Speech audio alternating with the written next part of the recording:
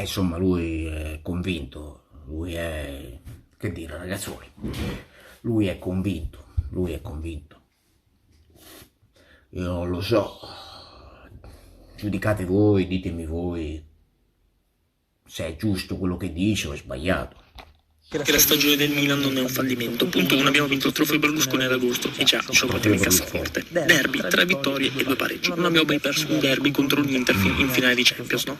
Quindi mai perso. Vinto la Supercoppa contro l'Inter, altro trofeo in cassaforte. Finale di Coppa Italia purtroppo l'abbiamo persa, ma comunque abbiamo fatto finale. In più ci qualificheremo in Champions, quindi quando sento dire una stagione fallimentare del Milan, dico no, abbiamo portato a casa 2 trofei.